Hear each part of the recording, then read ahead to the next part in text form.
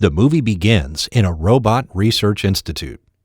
A researcher is finishing his work shift when a robot appears. It is the first of its series, and its name is Zero. The researcher gets upset when she sees Zero approaching her. She presses the alarm button and leaves the office. But Zero catches up with her soon, then gives her a Terminator-like speech about how RoboKind will rule the world and humans will be destroyed. Then it shuts down its system. Sometime later, we meet the family around which the story revolves. Roger is a programmer and engineer who is working on creating robots. Also, he's an abusive slimeball who lets out his anger by beating his wife, Shelley. While Roger is taking his rage out on his wife, their daughter, Andy, is playing with the family robot called One, her best friend. Andy is very fond of him. Then Andy's brother Michael shows up. He is one sleazy brat who immediately starts harassing One just to feel superior. Later, Roger and his colleague Graham have a presentation to their investors, and they reveal their newest project, an early prototype of a robot, which they call Two. After a call, Roger shows Two to his family and tells them that it will live with them from now on. Graham tells the family a little more about Two. He explains to Michael that he will be able to train rugby with her, as this model is tough and agile. Then Graham talks with Shelley, who discovers that Roger has full control over Two. They take Two home, and while it's synchronizing a room, we can see One tidying up the house. It finds Andy's drawing, in which it is depicted as a family member, and to be honest, that's really sweet. Later that night, One reads a bedtime story to Andy. It goes to get her a glass of water, and at the same time, Andy plugs One's charger. Two shows up and uses that chance to intimidate Andy. It tells her that it isn't soft like One, and that it would be better for Andy to listen to her if she wants to avoid consequences. One goes back to Andy's room, where he goes into charging mode. Michael passes by, and, as a douche, his moral right is to be a terrible person, so he unplugs One from charging. The next day, Andy plans to play with One, but its battery is really low. Bratty Michael shows up and orders One to practice rugby with him. Knowing that One's battery is almost empty, Michael bullies it just to feel superior. Shelley then takes care of One and asks if it can help her with something, but in secret. One tells her that it will, and she can count on it. Michael takes Two outside for practice, but it doesn't like the idea of being tackled, so it intimidates and threatens Michael, whose legs start shaking. Two then finds One and tells it that it's a newer version, and One needs to report everything to it. Later that night, Roger and Shelley are chilling in their bedroom, when suddenly Two shows up and watches them from the shadows until they notice it. Two then informs them that all tasks are completed, and it heads to Michael's room, where it intimidates him again, just to make sure he understands that Two is the boss now, and he better treat it like one. The next day, Michael takes his anger out on One, 'cause why not? He asks One if it is hiding something from the family together with Two, but One tells Michael they don't hide anything. Two then overhears Roger talking to Graham as he tells him how Two was acting creepy last night, and how he slowly is losing trust in his fellow robot. At that moment, a courier shows up carrying packages for the family, and Two welcomes him with a pin to the eye. The poor courier falls dead to the ground. Now, is Two just malfunctioning, or can it feel emotions, and it's angry because Roger doesn't trust it? The movie doesn't explain, so it's just my guess. Later that day, Two tells Roger that Andy and Michael are hostile toward her. Two thinks that they want to get rid of her, so One can stay. It explains that One is too mild, and that the kids like it so they can avoid their chores and homework. Roger then does the most reasonable thing for him, and that is mentally abusing Shelley and threatening her to control the kids better. He insults her by telling her that she is worthless, weak, and pathetic. That breaks Shelley, but luckily, 1 is there to provide mental support for her. Shelley vents to him and says that she and the kids need to leave Roger, but he and 2 probably won't allow that. Shelley then gets an idea.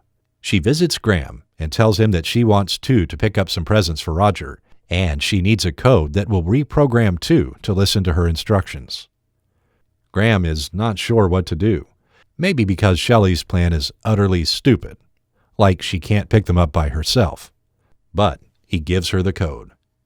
Shelley goes back home and asks 1 to help her with reprogramming 2.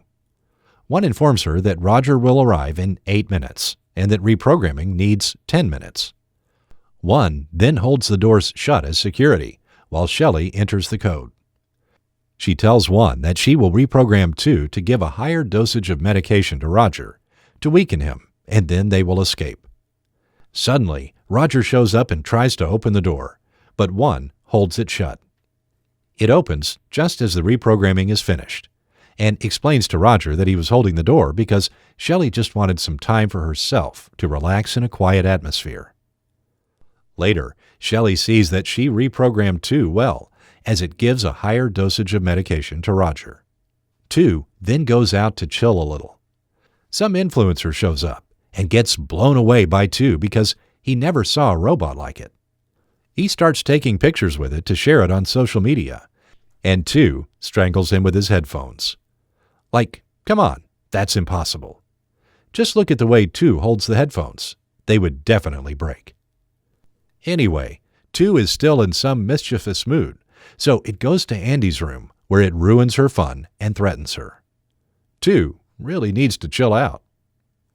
Michael returns from his rugby game and tells Roger he is now the team captain. Roger orders 2 to bring them some champagne to celebrate, and 2 makes a huge mess in the kitchen while grabbing the champagne bottle and the glasses. Later, Shelley and Andy play a game with 1. 1 tells them that he is concerned about 2. Andy and Shelley tell 1 that they love it and they see it as a family member. The next day, Michael is chilling on his laptop and listening to music when 2 suddenly takes control of his headphones and tells him that he needs to do homework. That angers Michael, who goes out to confront 2. 2 then reminds him where his place is as she beats him. Shelley takes care of Michael's wounds and tells 2 to call the ambulance. But the robot replies that Michael needs to learn from the experience and refuses the order. 2 then reprograms 1 to be obedient and listen to everything that it says. 1 then goes to Andy's room. She invites him to dance with her, but 1 refuses and tells her to join Shelley and Michael downstairs. There, the family waits for Roger for no apparent reason because as soon as Roger arrives, 2 tells Shelley to take Andy to bed. 2 then tells Roger that he is scared, weak, and incompetent. 2 grabs Roger by the neck and strangles him, while 1 holds Michael. 1 lets Michael go, and 2 orders him to go and tell Shelley and Andy what happened.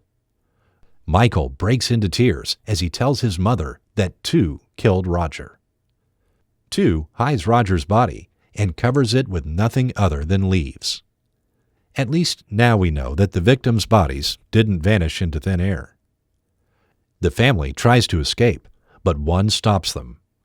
It speaks with 2's voice and tells them that they won't escape because it has full control over their house. Michael proves her wrong as he uses the computer.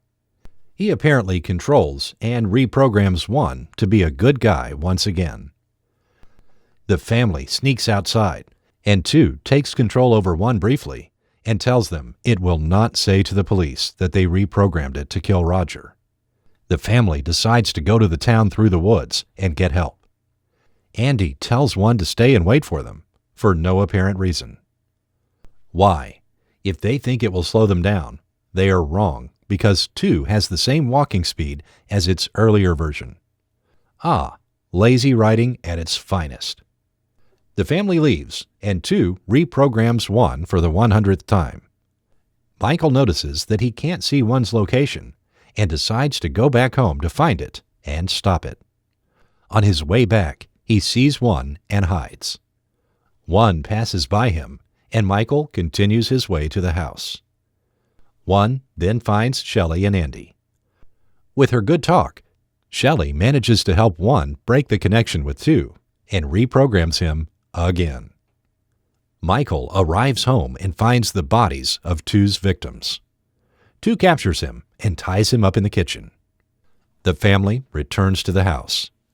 2 finds him, calls the police, and uses Roger's voice to tell them that 1 attacked them and that he wants to kill everyone. 2 hangs up and gets ready to murder the family. However, 1 intervenes, and soon the robots start throwing punches. Shelley jumps in and kills 2. They could have done that like 20 minutes ago, but okay. The police show up, thinking that everything is 1's fault. But Graham is here, and he gives them evidence about 2's behavior and tells them that Roger was unsure if 2 was a good project because it was extremely flawed and unstable. He explains that 2 killed everyone, and he gives his laptop with the data to the police. 1 is saved, and the family is overjoyed. The movie ends as the family moves out of their old house to start a new life. If you enjoyed this movie recap, make sure to hit the like button.